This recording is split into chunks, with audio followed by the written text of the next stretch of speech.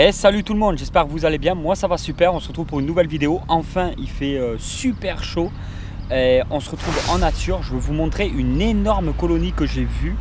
Par contre je tiens à dire, on n'est pas trop en nature, on est en ville. Et pour ceux qui reconnaissent le coin, ne le mettez surtout pas en commentaire. Voilà, on respecte le milieu, on prend soin de l'environnement, on fait que des observations. S'il y en a qui savent où je suis, évitez de le mettre en commentaire s'il vous plaît. Pour respecter un petit peu la tranquillité des animaux. En fait c'est une énorme colonie de fourmis qui donc c'est du Lasius, il y en a partout. Le nid c'est pas juste ça, le nid s'étend sur des dizaines et des dizaines de mètres, voire des centaines de mètres. On va un peu continuer ce parcours là et faire quelques petites observations. Alors comme vous pouvez le voir sur ces colonies là, il y a des monticules de terre un peu partout au bord des trottoirs. Il y a des tas de Lasius partout, c'est la petite fourmi noire des jardins. La sous-espèce je ne la connais pas là maintenant. Voilà, si on commence à mettre à peine le doigt, ça grouille de partout. Et ça c'est juste un petit aperçu. On ne va pas trop abîmer la colonie. Voilà, alors là comme vous pouvez le voir, il y a carrément des trajets dans le béton, à même la route. Alors je ne sais pas si vous allez voir les fourmis. Elles partent donc de là-bas tout au fond, elles continuent et elles vont aller jusqu'à là-bas. Donc on va continuer pour savoir jusqu'où elles vont. Et j'ai prévu même de leur donner un petit peu de nourriture. C'est parti!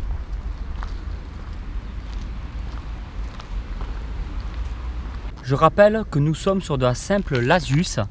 Donc c'est une espèce qu'on peut avoir en captivité sans aucun problème. Mais c'est vraiment pour vous dire que les colonies peuvent devenir vraiment monstrueuses. Voilà, à peine j'ai mis mon doigt, ça grouille de partout. Et il y a quelques couvains, donc des larves. C'est une espèce qui fait aussi des cocons. Et quand il y a des monticules de terre comme ça qui remontent autant, elles mettent à l'intérieur, pour ne pas les laisser à l'air libre et au niveau des prédateurs, elles laissent à l'intérieur de ces monticules de terre justement les cocons pour pouvoir, parce que ces monticules de terre ne sont pas à même la terre, comme c'est remonté aussi haut, ça prend directement la chaleur. Il fait beaucoup plus chaud ici qu'à l'intérieur de la colonie qui se trouve en pleine terre. Du coup ça permet au couvain de prendre la chaleur. Donc généralement à ces endroits là, à peine on fait ça, et comme vous pouvez le voir il y a déjà un petit peu de couvain à ce niveau là. Là pour l'instant il me semble que c'est exactement la même colonie, donc qui part de là-bas tout au fond, qui arrive là, qui traverse de temps en temps les différents trajets, qui passe ici tout le long du trottoir, qui continue juste derrière. Voilà, le chemin continue tout le long, ça continue, ça grouille, ça part. Et alors là, je vous dis pas, toute la terre que vous voyez là, si on la retourne, ça c'est juste des dizaines de milliers de larves du couvain. C'est une espèce en plus qui est monogyne, elle n'est pas polygyne. Logiquement, il y a une seule reine qui a fondé tout ça. Donc c'est une reine qui doit avoir plusieurs années, voire peut-être même plusieurs dizaines d'années. Alors autant vous dire que quand il y a les essaimages, c'est des milliers et des milliers de futures reines qui s'envolent.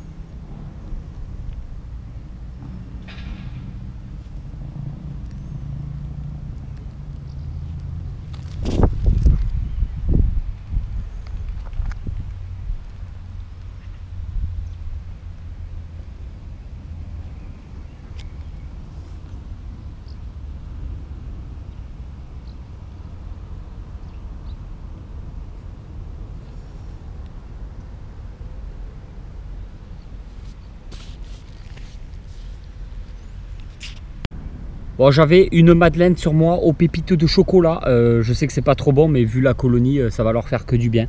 Donc j'ai déposé une madeleine ici et on va filmer un peu quelques séquences. Un petit morceau de madeleine j'ai mis là et j'en mettrai un peu partout et je vais faire des observations. Voilà. Le top du top, mais j'avais pas prévu le coup, ça aurait été de prendre carrément une seringue avec des liquides sucrés. Bon, ce que je vais faire, c'est que je vais laisser le petit morceau ici. Je repasserai dans 10 minutes, un quart d'heure, voir où ça en est. Et je vais en déposer un peu partout ailleurs. On va continuer de voir jusqu'où va cette colonie. On va suivre tout le trajet pour avoir une petite idée de l'ampleur de la colonie. Donc je me retrouve avec la première madeleine. Il y a un peu plus de monde dessus, mais c'est pas non plus exceptionnel comparé au nombre de fourmis qui s'y trouvent.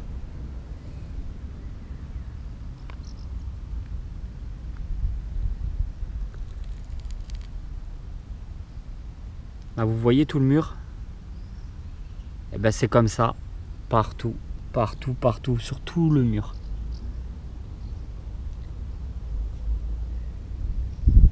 Alors c'est une colonie que j'observe depuis maintenant plusieurs semaines.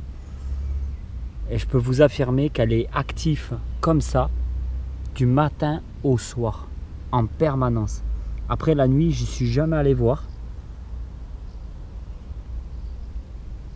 C'est juste incroyable qu'une reine puisse pondre autant d'ouvrières dans une vie. Après, il faut vraiment le voir pour le croire. Alors juste là, il y a des dalles aussi, comme celle-là par exemple, où il y a quelques Formica rufibarbis qui se baladent un peu partout. Ici, il y en a une. Elles sont juste magnifiques. Et je pense que le nid doit se trouver quelque part par là, en dessous de ces dalles. Là, il y en a aussi. Ça court un peu partout. Malgré la grosse colonie de Liasus qui s'y trouve, les Formica rufibarbis ont tendance à se balader un peu partout. Je pense que quand il y a des essaimages, elles doivent aussi capturer certaines gînes et s'en nourrir.